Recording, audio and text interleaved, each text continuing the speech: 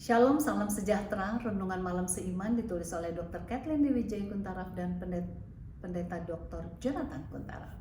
Judul renungan malam seiman adalah Besarnya Dosa Manusia.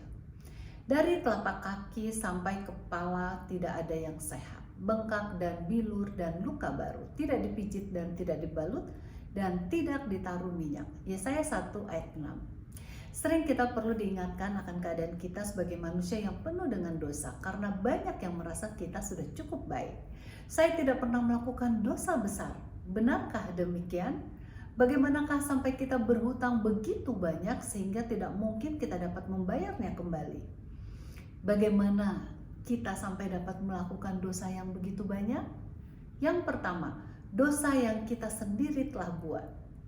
Sebagian pergi ke negeri yang jauh dan hidup dalam dosa.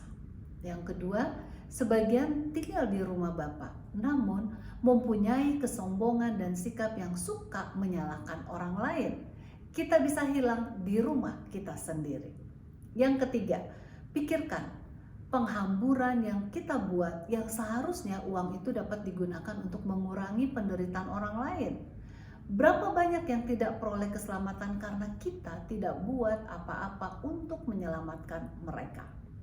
Yang keempat, jikalau satu jiwa hilang karena kelalaian kita, maka itu berarti kita telah menambah hutang kita.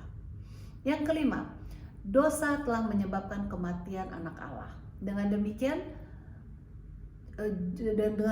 juga halnya sama dengan kita yang telah menjadi miliknya untuk dua kali.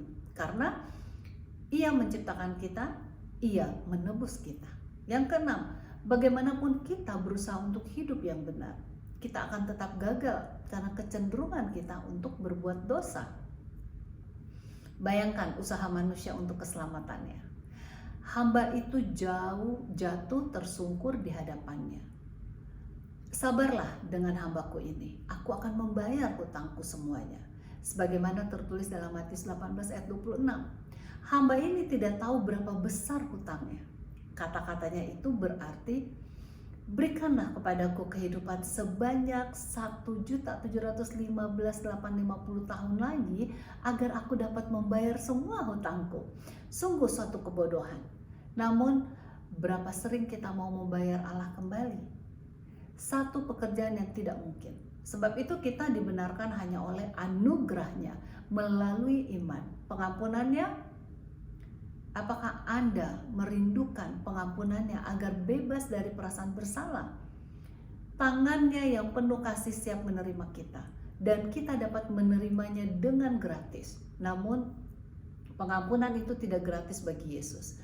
Ia sebagai raja di atas segala raja harus datang ke dunia ini, hidup sebagai manusia dengan penuh penyangkalan diri, diejek, dihina, dihianati, disiksa, disalibkan dengan penderitaan yang tidak terbayangkan, bahkan mati untuk keselamatan kita. Sungguh maha ajaib kasih Allah itu kepada kita. Marilah kita merenungkannya setiap hari dalam kehidupan kita. Tuhan Yesus memberkati.